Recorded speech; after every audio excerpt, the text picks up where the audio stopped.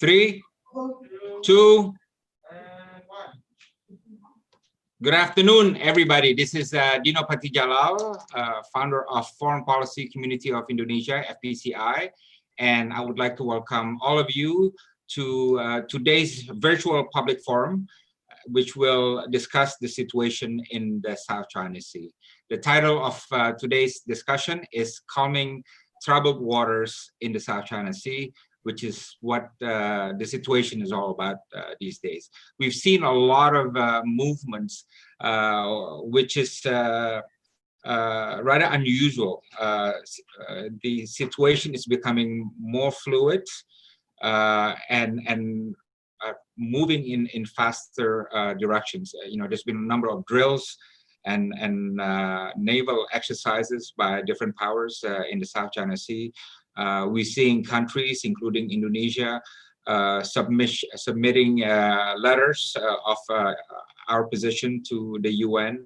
Malaysia have done the same. There's been exchanges of letters among the claimants, and there's been quite a few flag showing naval activities by the claimants, and also by non-claimants, namely the great powers. The United States in particular is the one I'm referring to. And by the way, the US position is also hardening. There's been some strong words mentioned by Secretary of State Pompeo towards China, and this was also followed by statements by Assistant Secretary of State for East Asian Pacific, Mr. Stilwell, that also had strong words regarding China, and there seems to be that the United States is somewhat moving its previous position towards a hardened position. Right? So the situation is such that FPCI decides to have a public forum on this, and to have a good discussion, we have invited three personalities that have strong involvement on the South China issue. One, we have Ambassador Hafaz Ugroseno. Ambassador Hafaz is one of the best diplomats in the foreign ministry. He belongs to my batch, actually, batch 13. He studied law and had his law degree from Harvard University. Previously, he was from University of Diponegoro in Semarang. And ever since that, he has been the legal diplomat at the foreign ministry. And his last job before Germany was as Director General, handling legal diplomacy of Indonesia. And after that, we have Ambassador Hasim Jalal, Professor Hasim Jalal. He was also Ambassador at Large for Law of the Sea. He did many years pursuing what is known as the Workshop on Managing Potential Conflict in South China Sea, which was the first time Indonesia got engaged on the South China Sea and got the claimants together in formal setting to discuss how to manage the issue. He is retired, but he remains an advisor to several departments today. I think to the Naval Chief, and then also to the Department for Fisheries and Maritime Department. And last but certainly not least, we have Evan Laxmana, who is a young scholar. He got his PhD from Syracuse University, and he's now at the CSIS as senior researcher. He writes a lot on the South China Sea, and I think he's one of the most active Indonesian scholar when it comes to South China Sea issues. And I'm delighted to have him at FPCI Forum. So with that, let me just fire the first question to Ambassador Hafaz. Thank you for joining us this afternoon. I would love to get your take on why is the tension rising recently in the South China Sea, and what is your take on that? Ambassador Hafaz, please. Dino, thanks for inviting me for this really great opportunity to have a discussion on South China Sea. Prof. Hasim, Pak Hasim, how are you, sir? Apa kabar? Mas Evan, I hope all of you are in great health. Before answering that, Dino, let me just state some of these facts that sometimes taken for granted when we discuss about South China Sea. First and foremost, sovereignty dispute is not a unique phenomenon. Okay, there are, in my recollection, there are at least 16 cases of sovereignty disputes that had been settled through third parties. One of these cases involve, or two actually, involve Indonesia. The first one was in 1926, the status of the island of Miangas or Las Palmas. This was actually a dispute between the US and the Netherlands. And in regarding to us, of course, the Siparan Ligitan cases. But other than that, there are a lot of cases that has been settled. And when you talk about the unsettled cases, we have lists of unsettled, unresolved territorial disputes around the globe. Even among developed countries, we can look at what happened in Europe.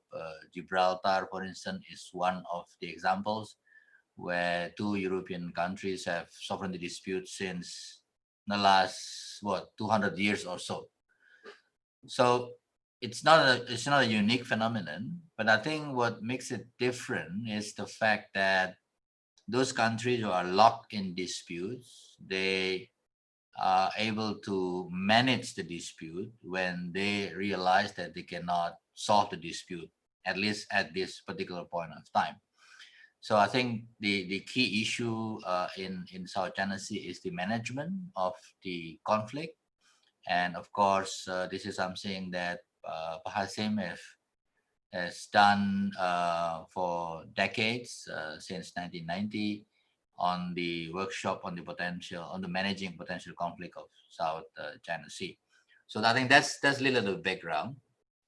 It's not so special. It's happening everywhere. But the question I think that needs to be understood is, if you cannot resolve it, then you should manage it. So resolve mean you know who owns what, and there's a clarity on that. If you don't have that clarity, if you don't solve that, then you have to manage the conflict. And I think in the context of geopolitics, this way I will ask or try to ask your question, but why the tension is rising. I think it's because of, this is part of the emerging strategic rivalry between the US and China. So the underlying issue is the strategic rivalry within the US and China. We have the fact that China is rising very quickly. We have also the resident power, the United States in our particular regions, that felt that is being challenged. And if you all look at the study of Professor Graham Allison from Harvard Kennedy School of Government, he did some survey and research. So the last 500 years, from 16 cases of competition between the ruling power and the rising power, 12 led to war. So this is, I think, the underlying issue in our particular region. Why it's rising is because of the strategic rivalry, and also because we are coming to the election time in the US, and also at the same time we have some discussion, I believe, in Beijing about leadership's issue there in coming months. So I think these two factors are a very important aspect in the rising tensions of South China Sea issue. If you look at the three dynamics in the regions, first, the factual conditions, the economic power of China is stronger, technological power as well, military power as well, stronger. And both sides, if I look at different analysis, different news, different statement, they're starting psychologically to look each other as enemy, not as friends, or at least strategic partners in different cooperation. And as I mentioned, there are the hawks on both sides that have this strong impact on this rising tension between the two countries that impacted on South China Sea. South China Sea is just one flashpoint in our particular regions. We have other flashpoint in our particular regions, but this is one that really coming up recently so strongly. Now, I'm worried, but that if the strategic rivalry is not managed, then we might lead into something that we don't want. People say that there could be no war. Both are so economically intertwined within the two countries. They are socially intertwined within the two countries. But the lessons from Europe, the First World War, you can actually see that the trigger was something unrelated to the war itself. It's a miscalculations and misperceptions that happened here in Europe in the First World War.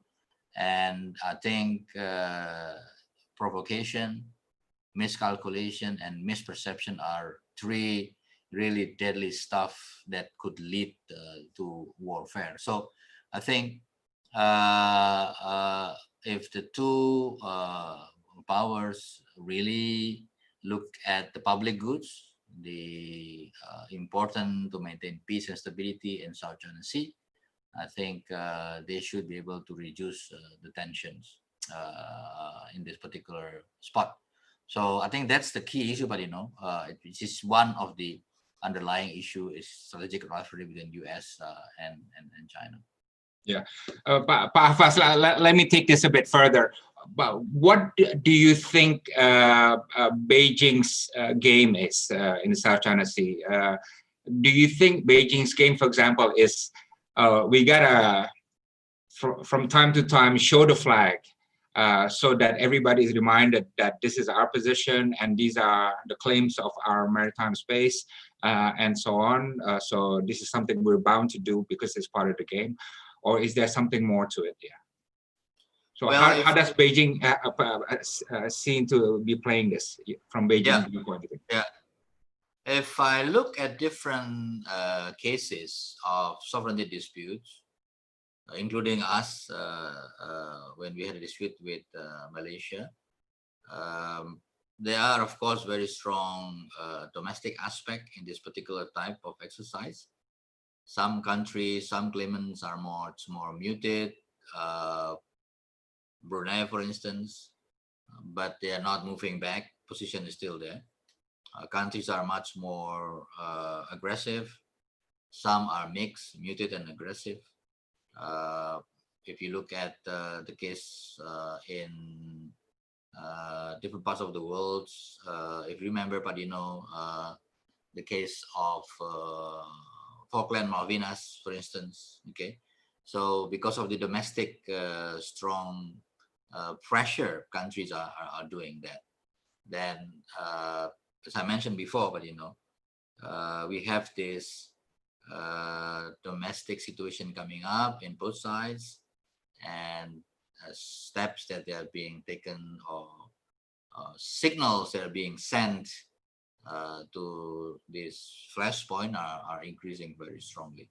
But I think the behavior of a state in terms of trying to create what they call state practice, but because there is an assumption that if you show your muscles, if you send your military, then that will create in international law what they call the state practice. But in sovereignty dispute, from the first case that we had resolved, which is Las Palmas and Miangas, the rule is not state practice as such. The rule is what we call the effective of occupation or effectivité. And effectivité can only be shown by legal documents. So legal warfare, but if you will. So it's like our case with Malaysia, for instance. We claim historic claim, Malaysia claim historic claim as well. We send our Navy, they send their Navy as well. But at the end of the day, the court looked at which legal documents which are older or stronger. And in Sibaran Ligitan, we did not have a single legal documents. Even the Dutch did not have a single document. But even Malaysia did not have a single document on Sibaran Ligitan, but the Brits did have legal documents. So I would say in the eyes of international law that sending Navy flexing muscles is not going to help, because the rule of the game in international law is that which legal document that you have and is strongest in the eye of the third party. So that's my take on it.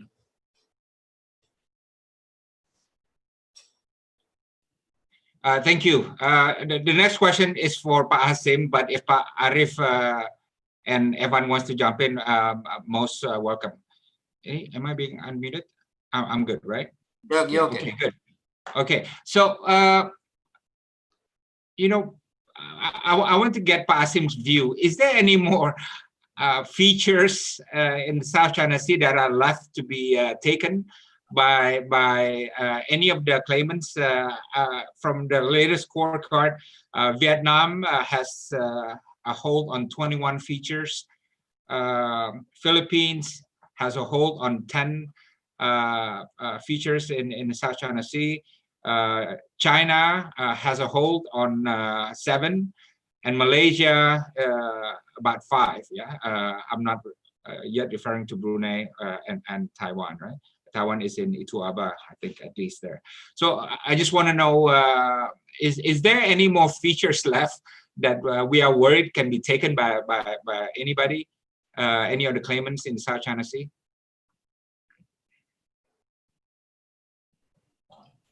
Thank you very much for the opportunity. Talking about future features, there are always something that can be occupied. But the question is not of the ability to occupy, but who owns them. The fact is that in the South China Sea area, the uncertainties is the result of the unclear maritime boundaries in certain areas. And therefore, there is always a quarrel between the neighbors, and there is always the possibility of using force, to implement your own views on this one. For that matter, for instance, one can take features everywhere, but then that may not be necessarily legally right to do it, unless if it is justified under certain rules and regulations and so forth. Now, in the past, we have been trying to work out all these kind of things through the workshop process that Pak Hafaz referred to. We are now preparing the 28 years of workshop process.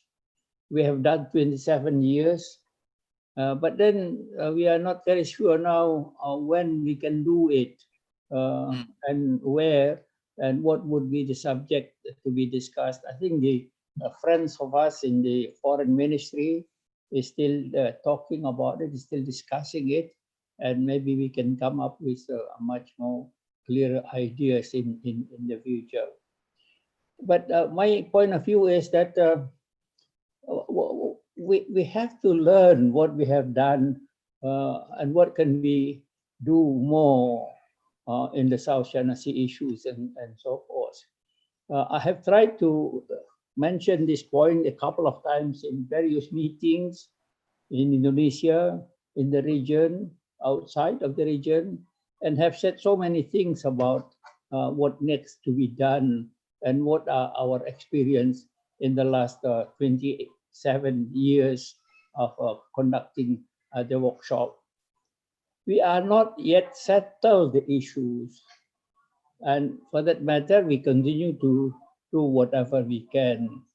That indicate the implications and the complexities of the problems, because they involve political, involve economic, involve strategic, involve historical, involve anything that a country may have a different kind of view. Therefore, I imagine we should continue to encourage discussion and talk, particularly among the parties concerned, in the disputes and so forth, that we can overcome these problems. And the final analysis, I was trying to encourage Indonesia to take a much more active policy and more active act formally on this issue. We have done so 27 years informally between the parties, and then hopefully that will impinge upon the policy of each of the parties concerned. Now we can continue to do so, but at the same time, we also encourage the government of Indonesia to take a much more active policies in order to bring the conflicting interest into the common reality of getting interest together. For instance, now, it appears every day now as if the quarrel between China and the United States is increasing in the South China Sea. That will endanger all of us in the region if that developed to a point that we cannot manage. And therefore, I think if we can do it, why not we are encouraging the parties concerned to talk about what their problems are and so forth. And I would like to say, how can we guide them, in the original Indonesian foreign policy of sailing or navigating between the two rocks? Now in the South China Sea, we have two rocks now. That is the rocks of China on the one hand and the rocks of the United States on the others. And in the middle, ASEAN. And therefore, I think we should encourage ASEAN to take much more active role in seeking peace in the region as a whole. Not only because ASEAN is lying between these two countries, two point of opinions, but also because the two of them are also friends of ASEAN. And if the two friends fight, and I cannot imagine the consequences of it, Yeah. So we should be able to play a role encouraging our two friends in order to deal with this issue more. And Hasim, let me ask you this question. My final point is that ASEAN should take care of this point, because ASEAN countries are sandwiched between these two friends of us. We are in the middle, in the center. And therefore, I should think that we should encourage more policy to involve ASEAN in this case. It is not going to be easy, but something that needs to be done. Okay. Hopefully, my friends and our friends in China and in the United States will not oppose this, because both of them, I think, has recognized the fact that in dealing with the area around, we need to concentrate on the centrality of ASEAN as well. Okay. Before I ask, I go to Pa Evan. Let me ask a follow-up question to Pa Hasim. You started the workshop on managing potential conflicts in the South China Sea 30 years ago. This is like in 1990, I think. And I remember, I think you wanted in the beginning to explore whether or not joint development of hydrocarbon would be possible in the South China Sea among the claimants, right? Now, this is like 30 years later. Can we conclude that none of the claimants China, Brunei, Malaysia, Vietnam, Philippines, and Taiwan, none of them are interested in having any scheme of joint development when it comes to oil. Is that a fair conclusion, or am I wrong on that? Are you asking me now? Yes, yes. Joint development, we have discussed very intensively in the past, but it involves the issues joint development on what? It can be on resources management. It can be also on environmental management. It can be also on scientific management. And if we agree with that one, then the next question would be where to do it. And then to find out an area where to do it involves territorial dispute. And that way it's very difficult to move on oil joint development. Even on fish joint development, we have had a great deal of difficulty because of territorial dispute and so forth. But we can manage joint development in the sense that promoting environmental protection, promoting scientific research, and that kind of thing is possible. We continue to do that now. Now, for instance, we're talking about the sea level rise, environmental management, and things like that, and pollution control that are not involved in terms of resources distribution as such. Now, the next question that appeared in this joint development is joint development between who? Which country shall be involved in that one? Are those countries that are part of the South China Sea process involved? And are they welcome? In my mind, yes. But some other countries, they are not so sure whether they should be involved at all. And there are so many other questions that we have discussed, but we didn't get through with it. And therefore, we need to have much more formal opinion of discussion with regard to these issues so far. So far that we have done is informal process of negotiation, informal process of trying to find out what can be done. What we have done is informal process of negotiation, informal process of trying to find out what can be done. What we have done is informal process of negotiation, informal process of trying to find out what can be done. What we have done is informal process of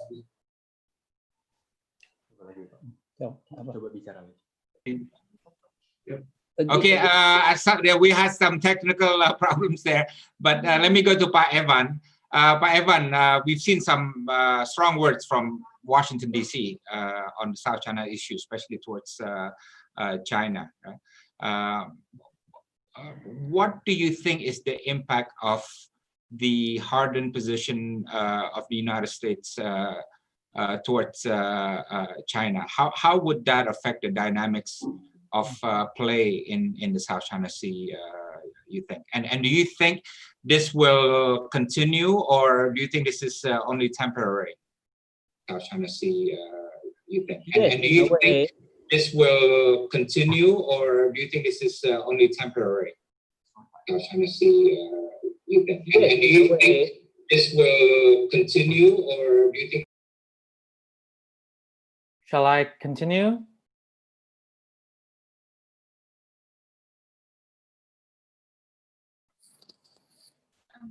Okay.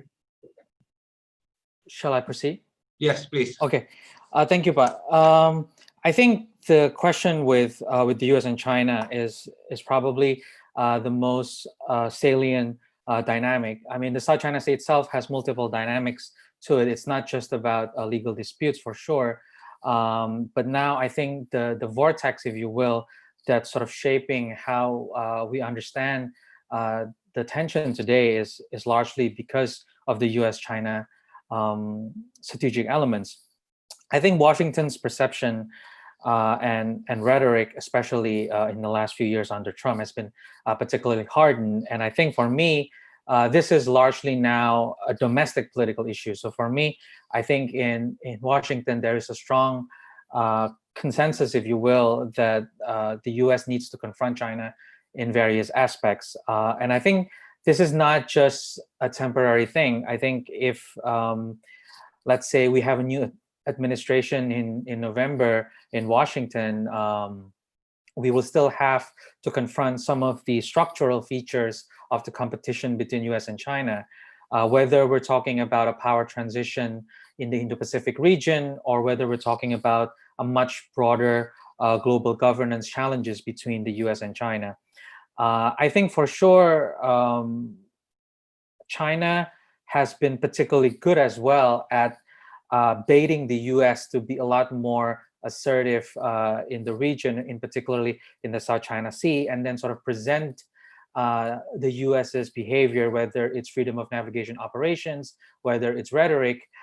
China has been quite adept at presenting those developments as an extra regional intervention by the US into the Southeast Asia region. And I think this is why we're seeing the feelings across the region that we are not particularly pleased that we're being pulled into an either pro-US or a pro-China camp. So I think the rhetoric from Washington, as well as I think from China, I think the fault is not just the US alone. I think from China, the rhetoric has been particularly strong as well.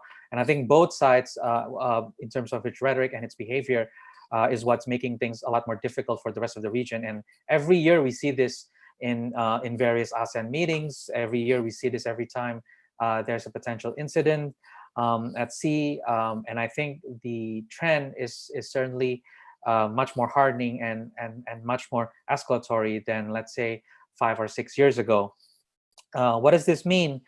I think right now it is very difficult now at this point to focus on an ASEAN-China tension management mechanism, such as the Code of Conduct, without making sure that we have a separate tension management mechanism for US and China. So we haven't quite figured out how we want to do this. I think Pa Hasim is absolutely correct in saying that it should be us. We should be the one trying to push forward some sort of tension mechanism, a tension management mechanism between US and China. But I think, unfortunately, while we have a welcoming ear in Beijing, I don't think we have a welcoming ear in Washington, D.C. I think our presence in D.C. is a lot less strong and powerful than several years ago. So I'm not sure what kind of strategic capital we can use in Washington to get our message across. But I do think it is up to us to figure out a separate tension mechanism between US and China. And we haven't quite figured out how to do that. Thanks, Evans. Would you agree that the US position is also problematic because it's telling everybody to play by the rules, by the norms, but the United States still have not ratified the UNCLOS? When I was ambassador to US, I say this to my friends at the State Department all the time. But the typical reaction is to be dismissive, to belittle this. They said that, hey, we haven't ratified UNCLOS, but at least we're playing by the rules, right? But my response is, it's still not good enough. You may be playing on the field, but you're not bound by it because you haven't ratified it, right? But how do we sort out this situation regarding the U.S. policies, right? I think you're absolutely right, but I think it is somewhat odd, if not potentially double standard, that the U.S. keeps fighting for a rules-based order, and yet it hasn't ratified UNCLOS. Absolutely right, and I think most strategic analysts in D.C. would agree with you that for the U.S.'s credibility to be improved in the region, ratifying UNCLOS would be a major step, a much more significant step, for example, rather than just conducting freedom of navigation operations, for sure. The problem is always, of course, when it comes to domestic politics. The U.S. is now a little bit more inward-looking than before, and so I find it a bit hard now to push that idea forward. But what kind of policies that we should get the US to commit to. I think the problem is that whatever ideas we have, the White House is probably unlikely to welcome it unless it helps boost the election prospects of the current administration. So at this point, being hard on China and all these kind of strong rhetorics coming out of the key policymakers in DC, it'll be hard to get them to turn back on those policies and rhetoric before the election. Maybe after the election, we can figure out new ways to work within either an ASEAN framework, to a special US-ASEAN summit, or maybe even to a special East Asian summit on these specific issues. But before we have a new administration, I'm afraid there will always be a stark contrast between the reality and the rhetoric coming out of Washington. Thank you. So now let me go to Pak Hafaz. Pak Hafaz, you were involved in the negotiations to formulate the code of conduct in South China Sea, and I understand it's been going on for a couple of years, and I understand it's been very difficult process. So my question to you first, what has been your impression about the negotiating process of the Code of Conduct in South China Sea, which remains not final until now? I think we have until about the end of the year, yeah, for the agreement to be finalized. But secondly, even if the agreement is reached on the Code of Conduct, do you think that will introduce a much more durable and stable order in the South China Sea? Will it calm down the situation a lot more, or it will not? Please. Well, first let me clarify, but I was not involved in the negotiation now, but in the early time, we had discussions on the structure of the COC.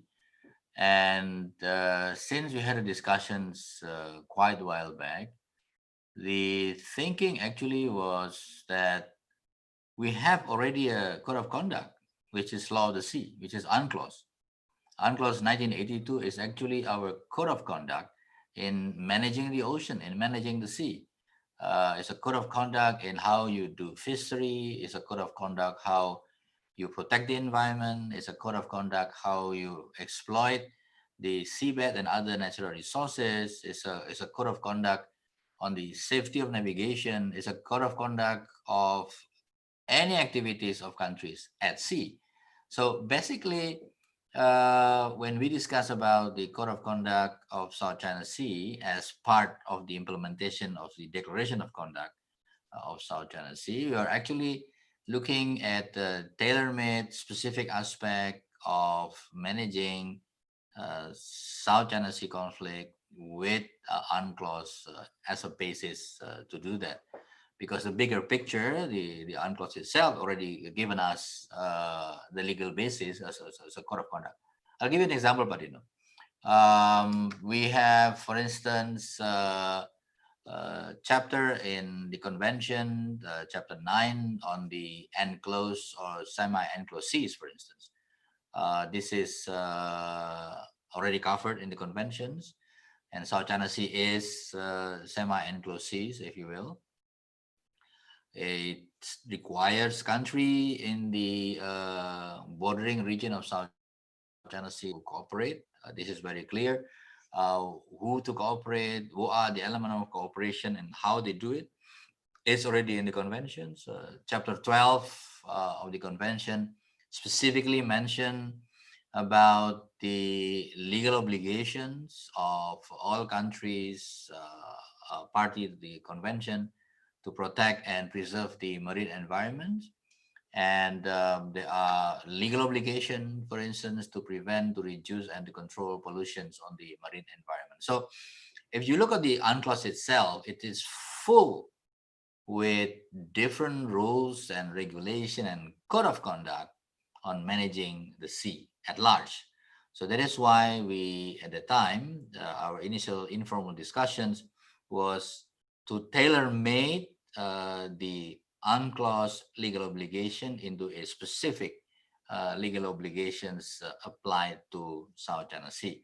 And we thought it was not going to be that difficult because you have the big picture already. You can just simply cut and paste different articles of the conventions and put them into the Code of Conduct of South China Sea, and voila, you have a Code of Conduct. But apparently it was not as we hoped for, because it's more a political exercise. Having won actually will testify, will demonstrate the willingness of the claimants to manage much more seriously the conflict in South China Sea. So I think it's a mix of legal dimension, but also a larger aspect is a mix of political dimension as well, and strategic dimension as well. Having a COC will basically, in my opinion, will create a path that this is how you manage the conflict in a much more legally binding situations. So this is something that we hope for. This is something that would add to the creations of peace or maintenance of peace in the region. But again, as I mentioned earlier, the rising tension is related to the strategic rivalry between the US and China. So you have different elements now in the dispute, in the issue. You have the specific claimants issue. You have the specific ASEAN China claimant, ASEAN and China issue. You have the COC issue. Then you have the bigger picture of the strategic rivalry between US and China, which, but for our colleagues in Indonesia or in Asia, this strategic rivalry also has ramification in Europe, because European Union and Germany are basically have a very strong trading relations to both the US and China. European Union and many European countries are part of the NATO, which is very strong transatlantic relationships. But we have already a very strong relations by some European countries with China. Italy is part of the Belt Road, for instance. So it's not an issue specifically to our part of the world, but it's a global issue, because this strategic rivalry between US and China has different ramifications in different parts of the world. So this is the situations that we have here in Europe that I can share with you. Now, what we can do, actually, when I was in Jakarta, we had an idea, and we pursued that. I went to Beijing, I went to Washington, DC. Indonesia could actually play roles in creating mechanisms that would help ease the tension between these two major powers in our region. Our idea at that time, but was to have a think tank dialogue between Indonesia, China, and the US.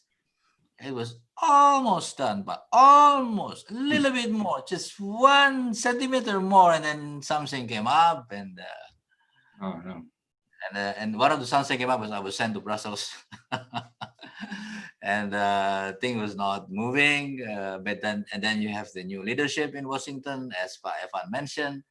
So we actually have some friends on both sides. We have a lot of contacts in Beijing and in the US. So if this can be restarted, it would be a great idea. So maybe CSIS, Evan, with your network in the US, with your network in China, you can have a informal think tank talks between Indonesia, China, and US, FPCI. But you can probably, with some group of Indonesian think tank and Chinese think tank and American think tanks, can start this an informal session. So this is basically what our founding fathers have mentioned. I also want to share some of my favorite reading, which is an article about Indonesian foreign policy written by Bapak Muhammad Hatta. That was published in the Foreign Affairs magazine journal in 1953 and 1956. I think this is a must. It's a two great piece of what Indonesian foreign policy is all about. And as Pak Hasim mentioned, for Indonesia to take steps ahead and be much more active in trying to build the bridges between the US and China will be great for us. And we've done that before, but if you remember, as a junior diplomat, we were asked to do the typings and cleaning up the Jakarta informal meeting on the way back, and we're helping Pak Wiryono and Pak Menlu on the discussions between the Philippines and MNLF in Istana Bogor, if you remember very clearly. Yes. So for us, it's something that we have done in the past, and this is something that we should be able to do it in the future. That's my take. Okay, thank you. Let me move to Pak Hasim now. On China's claim, there are two things, two aspects. One is reference to UNCLOS as a basis for settlement or management of the issue. And then the other one is China's historical rights, what they claim to be their historical rights. You are a professor of law of the sea. What is your take on this, the interplay between these two things? Does UNCLOS negate the historical rights, or can UNCLOS provisions be used at the same time as historical rights? And is there any cases around the world whereby both UNCLOS provisions and historical rights have been used conjunctively? Hasim, please. What is the legal viewpoint on this? Well, in my mind, UNCLOS should be used also as far as possible, especially between the countries in the region. They are all ratified to the UNCLOS, and consequently, legally speaking, they are bound by it, including in the economic zone, continental shelf, territorial sea, semi-enclosed sea, navigation, and timetable and everything. But one issue that has not been discussed is the US does not ratify the UNCLOS up to now. And the reason is that some people in the US don't like it. And I don't want to talk about why they don't like it, but the point is, somehow I feel that if the US do ratify the UNCLOS, which they participated actively, very actively in negotiating it, some of the problems in the South China Sea issues, not only between them, but with the countries in the region, could also be solved much more promisingly than the situation we face now. So that is one of the problems. But those are the American policy, which I do not want to interfere with that one, why is it that almost 160, 70 countries that have ratified, then the US still don't want to ratify it? I have an example, for instance, why it is created a problem. When the incident took place in the South China Sea between the American and the Chinese, I think sometime around 70 miles from the coast of Hainan and so forth, we all of them talk about, can it be done? Can China, the US, make a deal with it, for instance? How do they exercise the right? And if not, we organize a meeting of all the countries around the world, including Russia, China, Japan, US, and so forth, on how to conduct military exercises in the economic zone of other countries, for instance, while you are passing through. There are some rules that need to be followed on that one. But because China and the US at the time particularly accused the US are not ratifying the convention, and consequently the dispute has not been overcome. When we submitted the result of our study to the UN to be observed in doing some kind of exercise in the economic zone, like what happened in the South China Sea. I understand later on that the US don't like it and therefore objected it to become in the UN document or something like that, But the point is here, I think, is that the more of us follow the rules as stipulated in the Law of the Sea Convention, we really feel that the situation is in the South China Sea will be much better managed than what it is now, that some of the most important countries are not ratifying the convention as such yet, so far. I guess that is the one point that need to be further considered also. While those who have ratified it must follow it as much as possible and as precisely as possible in accordance with the Law of the Sea Convention. Thank you. Okay. I want to ask next question to Evan, but feel free for Pak Hasim and Pak Arif to jump in. Right? There's a lot of discussions on the China-ASEAN claimant dynamics in the South China Sea. But there's also another layer, which is the dynamics among the ASEAN claimants, Brunei, Malaysia, Philippines, and Vietnam, right? Is that as difficult or less difficult or more difficult to resolve? And also, am I correct in assuming that their legal basis also is not as perfect as sometimes assumed? There are still legal loopholes in the nature of their claims of the ASEAN claimants, which is probably the reason why they have not really moved to the negotiating table, because each of them realize that their positions still have legal loopholes, except for Brunei and Malaysia, which have moved forward quite well on negotiating their boundaries. Yeah. So, Pak Evan, and if Pak Afas want to jump in, or Pak Hasim, most welcome. Yeah. Intra-ASEAN claimants disputes. Yeah. In the South China Sea. Any comments? Thank you, Pa.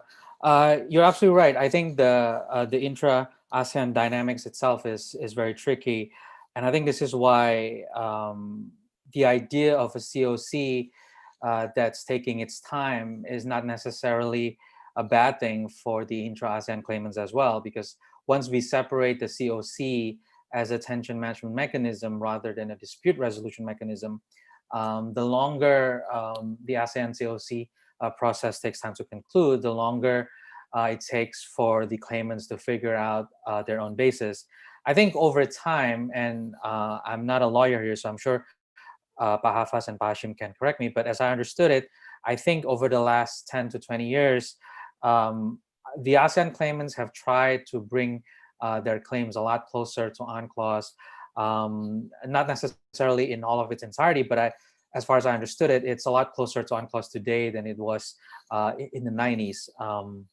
Now, whether or not this means that we can actually have a speedy resolution to the maritime delimitation process, I think is a different matter. I think Indonesia's efforts to have a maritime delimitation process concluded with Vietnam and with Malaysia, I think remains ongoing, and it's been particularly slow. But I think it would help if all of the ASEAN claimants sort of clarify their claims and figure out which areas in which they can conclude some of the maritime delimitation processes. I think a concluded negotiation between us and Vietnam and us and Malaysia would certainly help our position in the North Natuna Sea. But I'm worried that as far as the domestic political angle is concerned, precisely because the process to align the ASEAN claims to UNCLOS takes time and not necessarily the easiest process to do, waiting around for the ASEAN Code of Conduct process to delay the eventual maritime delimitation makes more political sense rather than rushing through the process, especially if it can come at the cost of actually losing some of your claims. And I think even Philippines and Malaysia still fights over Sabah. as of recent as of like last month. So I think the problem with the intra-ASEAN claimants is just that it's not just about those that overlap in the South China Sea, but it's about the other aspects as well. One aspect that was hard for us to figure out with Malaysia was also our problem with Ambalat. So I think the broadening of the border dispute and the maritime delimitation processes beyond those areas in the South China Sea, I think makes it harder politically for the ASEAN claimants themselves. But I think one way to figure it out, I think, is that if we can accelerate some of those maritime delimitation processes and border negotiations, perhaps not necessarily in the South China Sea area, but in other areas, I think that would certainly push the needle at least a bit further to finalizing the wider issue. But I think at this point, as far as I can see, it seems that the ASEAN claimants are ready to still focus and rely on the code of conduct process as a temporary stopgap mechanism before they get into actually figuring out the final delimitation negotiations. Thank you, Evan. And now that I'm no longer a diplomat officially and retired, I can say that I agree with you. All these countries say that they want to resolve the negotiations peacefully by dialogue and so on, but no one's really ready. It's just lip service, because when it comes to territorial and sovereignty negotiations, please, Hafaz, you want to interject? Go ahead. I think there are two issues are involved here. First is the claims of countries on features on islands, okay, and maritime delimitation. These are two separate issues, even in the South China Sea. Now, the legal basis of the claims of islands or features are already established in international law, which is the principle of effective occupation and effectivité. And effective occupation is not just merely occupying it, but actually do you have a legal basis to occupy that place. And this has been settled as a principle of international law in the different cases, whether it's arbitrations or in the ICJ decisions, ICJ cases. Now, as far as I understand, not every single claimant, even within the ASEAN countries, have actually publicly came up to say that this is my claims. Normally they say we claim the whole paracels and the whole spread lease. But if you want to make a claim, then yeah, which one? You have to identify. None of them have actually come up with a very clear official document saying, okay, this is that we claim officially, the names, the locations, and what are the legal basis of their claim, whether they have some piece of law or piece of whatever legal evidence that they had. None of them they have this claim. Some, they rely on the idea that those features are basically on our continental shelf, thus and therefore, because it's part of our continental shelf, then it's ours. So that is some of the logic that is being applied. I mean, if you do that logic, that because a feature is within the reach of our continental shelf, then we can say some part of Asia is part of Indonesia because it's part of Indonesian continental shelf, or maybe some part of Australia is part of Indonesia because it's part of our continental shelf, or the other way around. It's going to be very messy if you base your argument on the extension of continental shelf is somehow you own the features on that. So this is very interesting legal exercises, but it should be done by a third party, whether arbitrations or in the ICJ. Now, the maritime boundary itself, as far as I know, in South China Sea, their claims of Vietnam, of Malaysia, of of Brunei, they are not based on those islands. The baseline are based on the baseline of the mainland. So the mainland, they draw the baseline, and some of the baselines are illegal, I would say, because it's not incompatible with UNCLOS, and they make a maritime projection from those baseline in their main line. So it's a main island. I'm sorry. So that's the big difference. And I think we have discussed the maritime boundaries with Malaysia, for instance. Pa Hasim and Pa Mukhtar started it in 1969. And today, 2020, is not yet settled, but it's not 100 years, but because Germany and Netherlands, they have boundary in Elm estuary that was not settled after 300 years. So we can wait another 200 years. So, you have to be patient in the maritime delimitation, because maritime delimitation treaty is the only treaty that you cannot change once you sign. So if you made a mistake once, it stays there forever.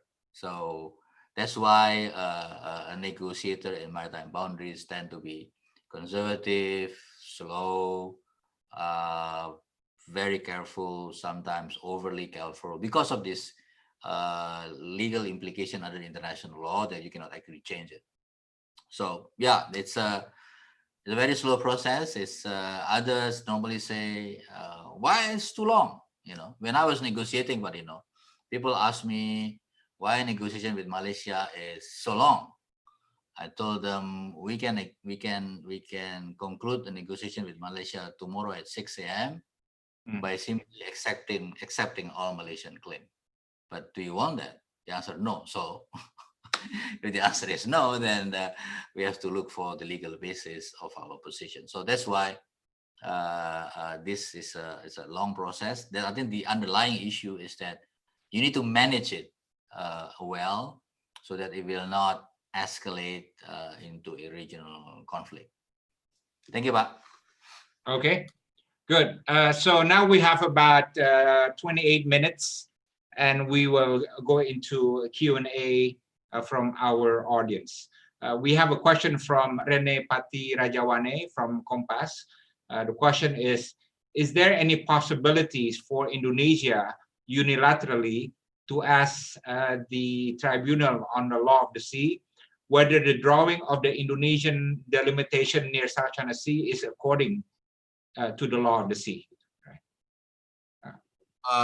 Individually, I don't think we can, Parane, but I mean, individually, if you ask individually as a nation to ask advisory opinion, you cannot do that. Advisory opinion has to be done by organization or a group of countries.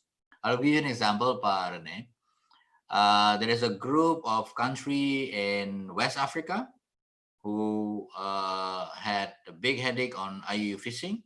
So this group of countries, they have organizations on what they call the West African Fisheries Commissions. And this group, they went to ITLOS and asked for advisory.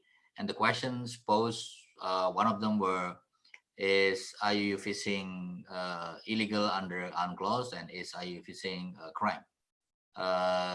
The reply of the ITLOS is very clear, it's public. So you can see that now there is an advisory opinion on the IUF under UNCLOS. Now, if ASEAN wants, it will be very interesting exercise. ASEAN could actually go to ITLOS and ask for advisory opinion to ITLOS. Now, the question is what type of questions you want to ask to the advisory opinion.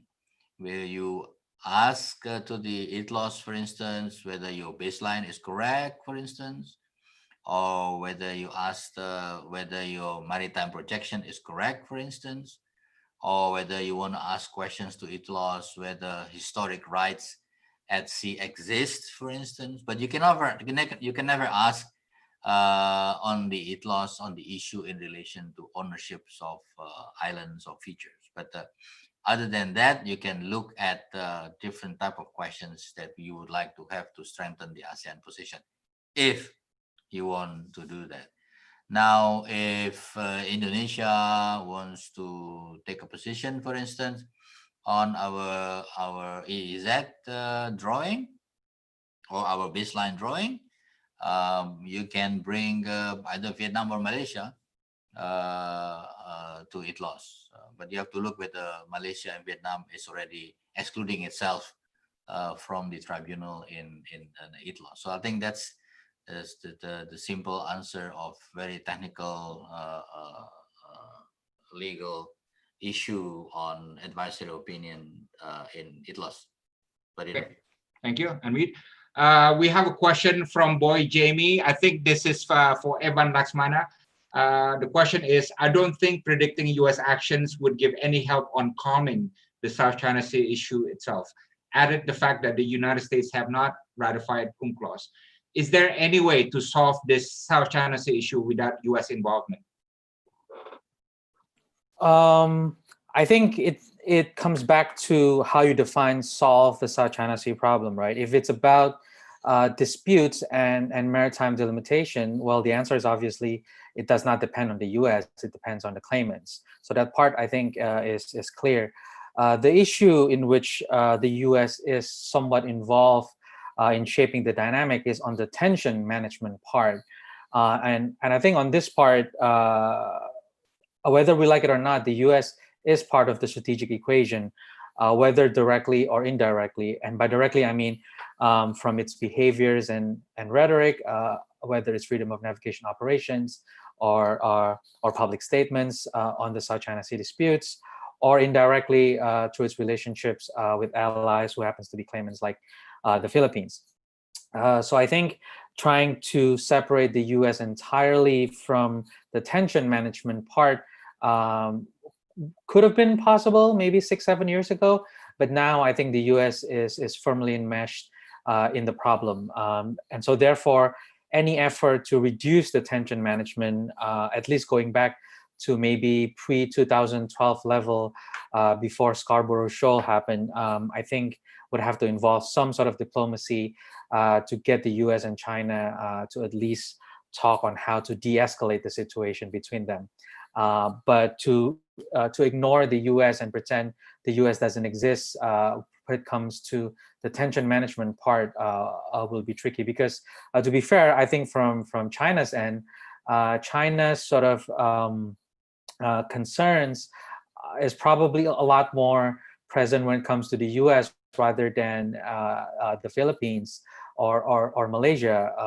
And I think what worries China more than the Philippines or Malaysia is certainly the US military activities in the waters around the South China Sea. So it's really hard to disentangle the security dilemma in the South China Sea without the US at this point, unless the US suddenly decides, nope, that's it, we're not ever going to go to war over a bunch of rocks in the South China Sea, and we just don't care about the South China Sea, and then we're going to leave. Unless that happens, right now, the US is firmly part of the strategic equation over tension management. So for us to reduce the tension management, we have to involve the US one way or the other. Good. The next question is from Emirza Adi Shalendra, and this is for Pak Hasim Jalal. Pak Hasim, I have a question. Each claimant, including China, interprets the UN Convention of Law of the Sea differently and conveniently. How reliable is UNCLOS to manage or resolve the disputes? Well, for one thing, of course, the UNCLOS provided possibilities for discussion, one way of managing a conflict. The UN Convention also provided possibilities for joint operation, joint operation, you know, and there are so many possibilities for discussing the agreement on how to achieve a solution to the conflict that countries face with it one. In fact, to be very honest, the UN Convention do create also problems and issues that regarding the confrontation. For instance, the UN Law Convention established the rules for the economic zone, exclusive economic zone. And therefore, this kind of exclusive economic zone has created problems of bordering issues also between the countries concerned.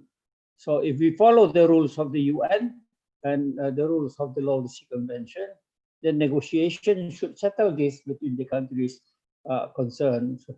And for instance, in the South China Sea, that is regarded as a semi-enclosed seas under the UN Law of the Sea Convention. And semi-enclosed seas oblige, in fact, cooperation between the countries concerned bordering them to manage the resources, to manage the use, environmental protection, scientific research, and so forth. So in my mind, the Law of the Sea Convention do provide possibilities for solving some of these problems.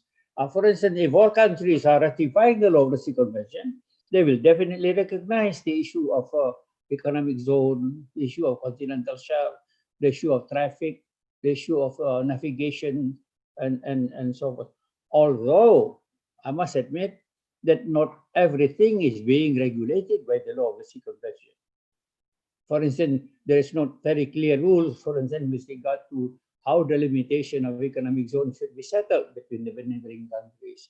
It's up to the negotiation between them, how to determine the boundaries of continental margin, for instance. Again, this is the issue that needs to be further pursued in the South China Sea as well as in the Pacific and Indian Ocean and so forth. So, the Law of the Sea Convention do provide basis for settling some of these problems between the countries that are involved in it. The next question is from Esther, and I would like to direct this to Pak Hafaz. And actually, it's something that the public needs to know as well, because Pak Hafaz was in government when this policy was announced. So the question is from Esther. I have always wondered why we have to rename it the North Natuna Sea. So can you explain the policy background, the thinking, why the government decided to rename that part of the Natuna Sea as the North Natuna Sea? I think the public would love to know about that. Okay, Badino. It's a very good questions, and I think it's a very good aspect for research, thesis, master of PhD in the future. So let me start by the fundamentals, which is naming seas are often exercise has been done by many countries, and it's not really magical stuff, if you will. Okay, so let me start with a very ancient document that you can consult from the internet. It is a document published in 1953. It's called the Limits of Oceans and Seas, special publication number 23. This is a document coming from the International Hydrographic Organization, IHO, based in Monaco. And this document basically tells navigators, tells sailors that this is the area where you are sailing in, and that is the area you're sailing from, and that is probably the area you're going to. So it's just a reference, okay? In the first page of the document, it specifically said that these limits have no political significance whatsoever. So it is not a legal recognition of a name of a sea. It's not a political recognition whatsoever. Now, this document was established in 1953, and many countries were still under colonial power at that time. And Indonesia became member of IHO only in 1952. And from our record, I did not see any delegation of Indonesia in 1953 all the way to I think 60. So it's still, we are still very much into nation building at the time. So we did not have a lot of say in this process of document. It's like what Pak Hasim mentioned. We were only active in law of the sea up to Juanda, which is 58 in 1960, and we were active in Geneva on that time frame. So 53, we are basically still working ourselves as a nation. Now, in this 1953 document, a very ancient document, there is a map there, and the map says that South China Sea is defined as an area of sea from the southern part of China all the way to Java Sea. Huge, but big. So imagine, all the way from southern China, all the coast of Vietnam, there's the coast of Malaysia on both sides, and the coast of Sulu, all the way to Natuna, all the way to go down. The line is that Java Sea actually, according to this document, is bordering with South China Sea. It's there is an island, Pulau Berikat, and that's in the lower part of Sumatra, and that is basically the place where the so-called South China Sea has a boundary with Java Sea. This is documented in 1953. All right. Now we fight for our rights as archipelagic state. From concept became international law, and we then move to discussions in IHO about renaming some parts of the South China Sea to actually reflect Indonesian culture, Indonesian view or names of the islands in a particular area. And in 2002, but again, this is available in the internet. The IHO again have the revised document of special publication number 23. The document was launched on the 4th of June 2002. And in this new documents, South China Sea is being carved out to include Natuna Sea. Okay.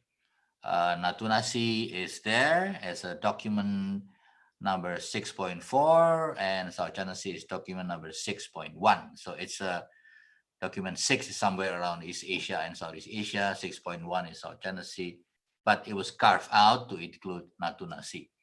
Now, this document was going to be adopted, but there is a conflict between Korea and Japan on the names of sea that they are disputing.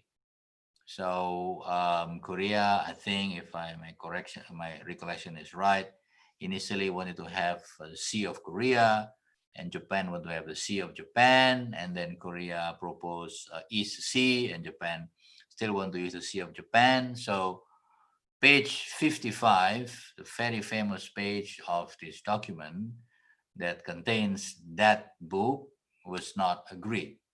Thus, but this document was never agreed. This document 2002. So today we are still holding the old 1953 documents, but countries are sailors, navigators, basically know where Natuna Sea is. Okay. Now we have what we call analysis of the decision of the PCA. The PCA on the case between the Philippines and China, which China, of course, did not participate, believe that we believe that the decision of the PCA is part of the process under UNCLOS. So whether we like it or not, it's under the chapter of the Convention Law of the Sea. So that is legally binding to both parties, and it creates new chapters, if you will, in the questions of definitions of islands. And to cut the long story short, basically we see that all those disputed islands in South China Sea, they have maximum 12 nautical miles. Okay, so they cannot go all the way down. So under international law, 9 days line, it's not a line that we should regard as a lawful line, if you will. So we have seen the analysis, we have done our internal analysis, and then we bumped with an old document also, but about the hydrocarbon extractions in the northern part of Natuna, and we found a very interesting naming of the blocks.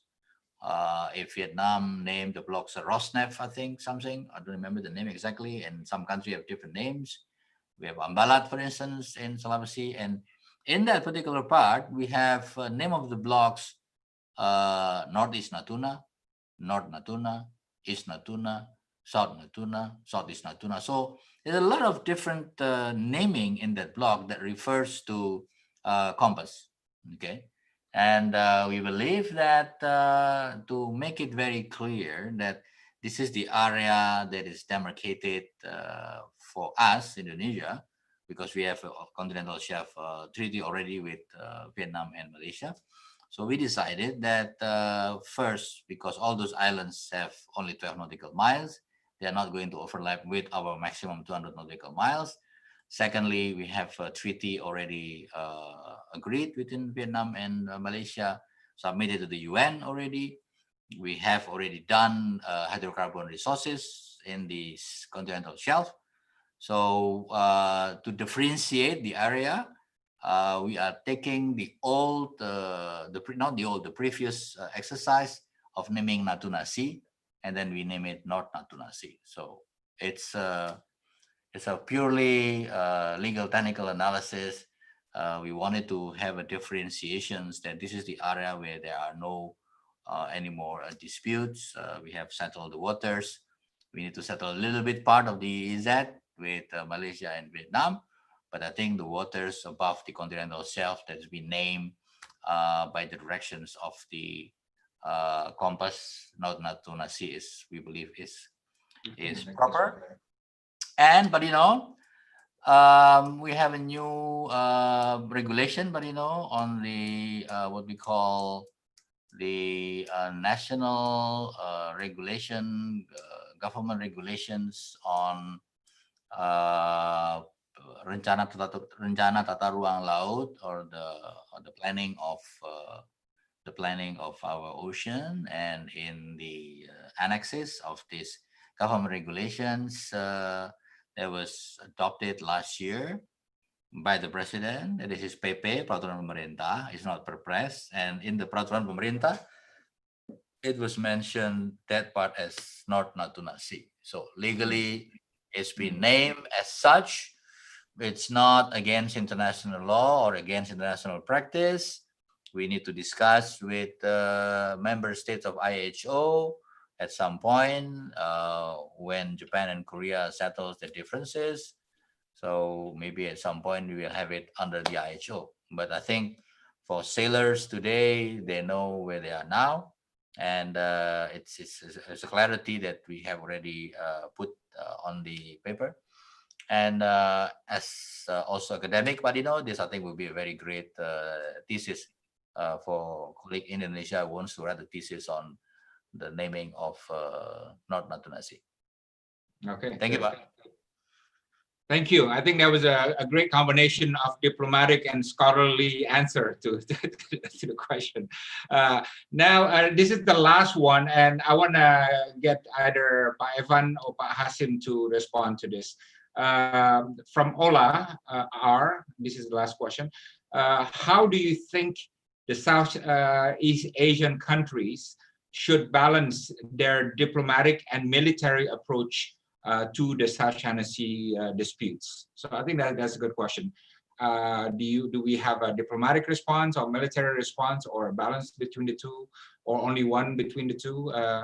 Please, Any response? Yeah. Pak Well, Evan, go ahead. And then Pak Hasim, you have the last word. Pak Evan dulu, yes. Sure. Thank you. I think for the claimant states and the non-claimants within the area of the South China Sea, so along the coastal states, I do think that from a security standpoint, maritime security and governance remains an elusive problem, whether it's illegal fishing, piracy, and others, not to mention the potential flashpoints with China or the neighboring countries. So I think to say that we can only deal with the maritime space diplomatically is probably not sufficient. It is, of course, necessary that we engage in diplomatic communications, negotiations, whether multilaterally or others. But I do think when it comes to improving our capacity to control the maritime domain, we do need to put efforts into improving our maritime security capabilities.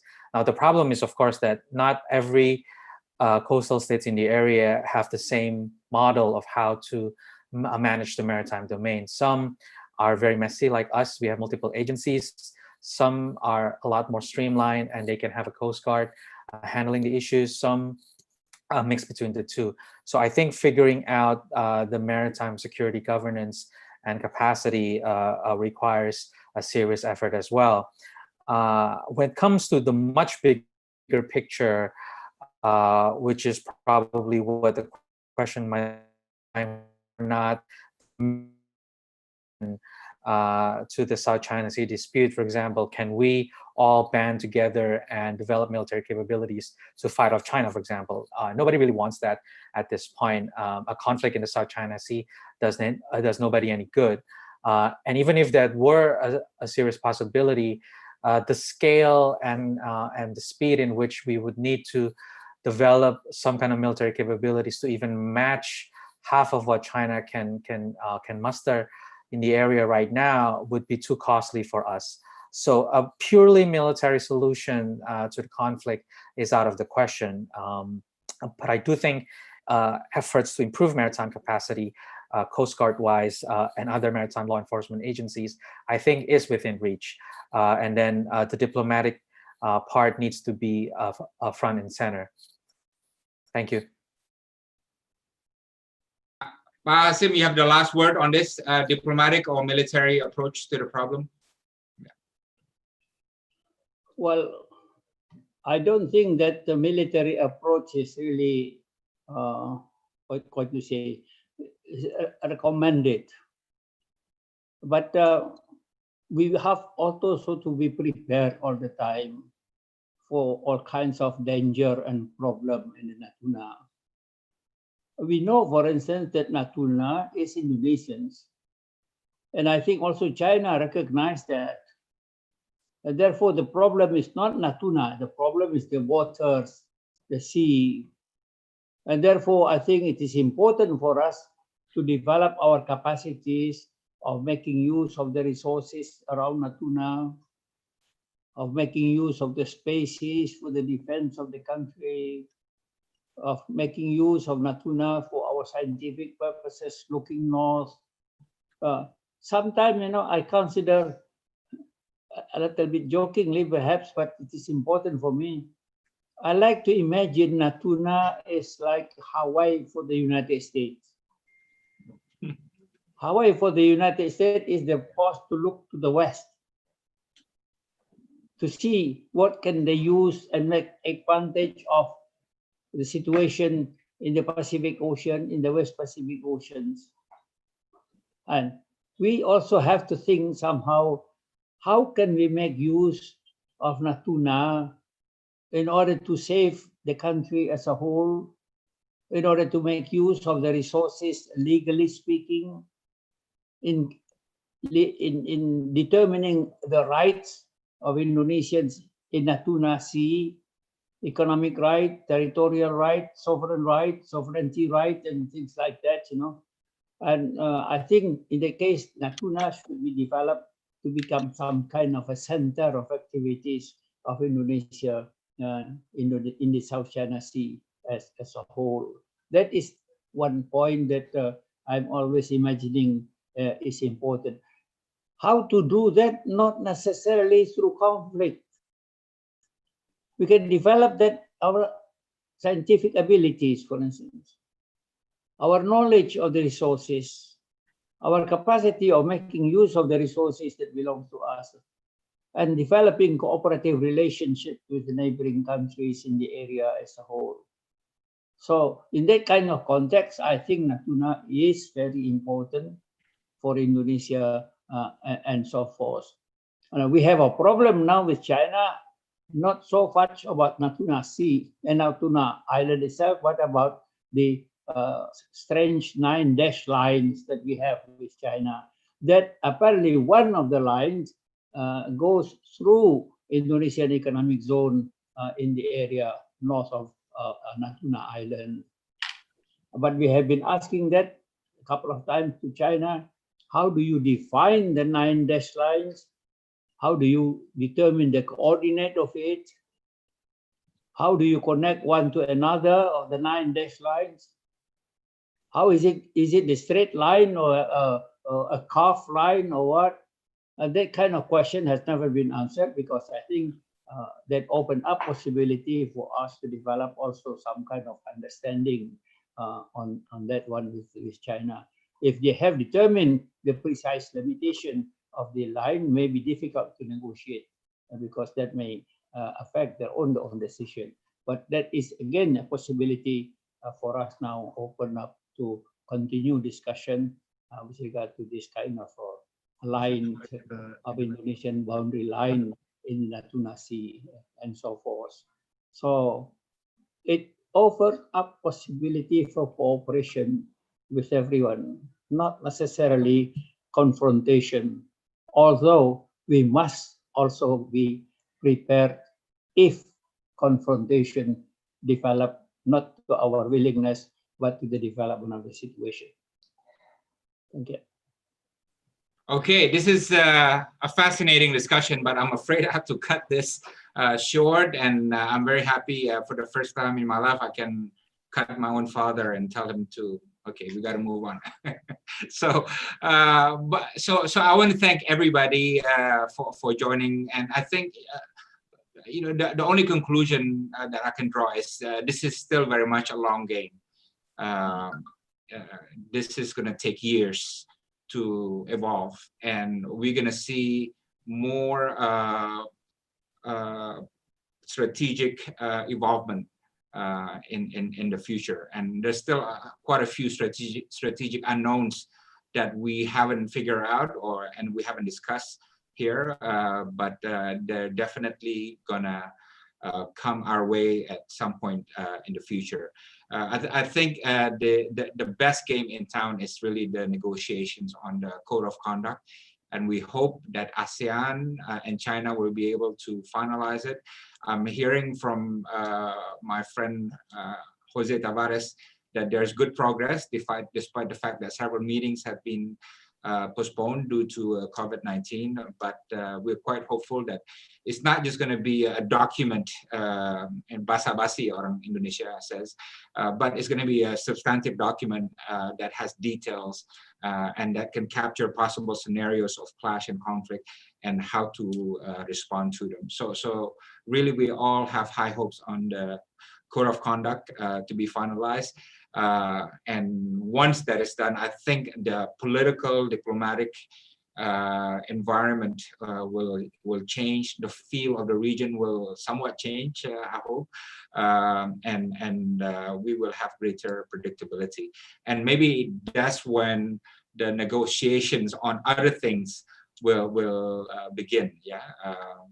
I know the negotiations on the sovereignty issues or jurisdictional issue will take some time.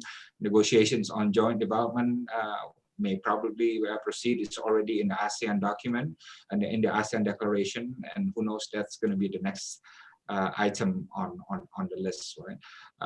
But with that, let's just thank all our speakers for their honest and good comments, and I really enjoyed talking to all of you, and I wish you all a safe and healthy Independence Day week celebration.